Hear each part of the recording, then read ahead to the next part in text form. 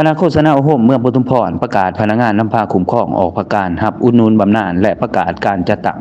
ตอนเช้าวันที่8เมษายนปี2026ที่ผ่านมานี้อยู่ที่หอประชุมว่าการเมืองคณะโฆษณาโอโฮมเมืองปทุมพรได้จัดพิธีประกาศพนักงานนำพาคุ้มครองออกประกาศรับอุดหนุนบำนาญและประกาศการจัดตั้งของหอการโดยการให้เกียรติเป็นประธานของทานกิ่งแก้วนวพรหมห้องเลขาพรรคเมืองประธานคณะกรรมการปกครองเมืองท่านนางสุขสมพรพลอาสาห้องหัวหน้าคณะโฆษณาโอโฮมแข้งจำปาสักท่านศรีถนนไส้ศรีสว่างวงศ์กรรมการพรรคเมืองหัวหน้าคณะโฆษณาโอโฮมเมืองมีหัวหน้าหอการที่ถูกเชิญพนักงานหอการที่เกี่ยวข้องเข้าร่วมอย่างพร้อมเพรียง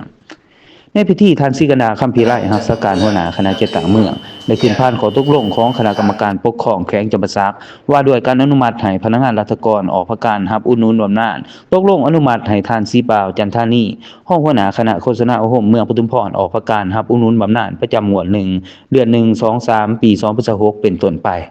ผ่านข้อตกลงของคณะกรรมการปกครองเมืองปทุมพรว่าด้วยการแต่งตั้งห้องหัวหน้าคณะโฆษณาโอโฮมเมืองและหัวหน้าหน่วยงานที่ขึ้นกับคณะโฆษณาโอโฮมเมืองคณะกรรมการปกครองเมืองปทุมพรตกลงแต่งตั้ง1ท่านโพลินแก้ววงศ์พระจันทร์หัวหน้าหน่วยงานบริหารจัดตั้งและหางเสียงสังคมขึ้นเป็นห้องหัวหน้าคณะโฆษณาโอโฮมเมือง2ท่านนางไก่ทองไสยวงศ์วิชาการขึ้นเป็นหัวหน้าหน่วยงานบริหารจัดตั้งและหางเสียงสังคม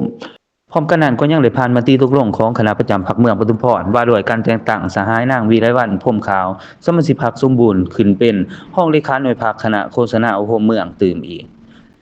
ในโอกาสนี้ท่านกิ่งแก้วนวพรหมก็ได้มีคำเห็นโอร่มต่อพิธีและได้แสดงความยกย่อชมเชยต่อพนักงานนำพาคุ้มครองที่ได้ออกประกาศรับอุดหนุนบำนาญซึ่งได้สำเร็จหน้าที่และได้เน้นหนักให้ผู้ที่ถูกแต่งตั้งชุดใหม่จงเป็นเจ้าการในการปฏิบัติแนวทางนโยบายมติคำสั่งตั้งหน้าปฏิบัติเวียกงานที่ได้รับการมอบหมายให้ถูกต้องสอดคล้องตามระเบียบกฎหมายรับประกันทั้งด้านปริมาณและคุณภาพฝึกฝนอบรมตนเองในทุกๆด้านสอคู่ห้ำเฮียนสิ่งใหม่ๆให้ทันยุคทันสมัยมีสติในการดำรงชีวิตที่ติดพันกับเวียกงานวิชาเฉพาะมีแนวคิดอุ่นเอียงทุนเทียงพร้อมกันประกอบส่วนเขาในภารกิจปกปักรักษาและสร้างสรรค์พัฒนาประเทศชาติด้วยความรับผิดชอบสูง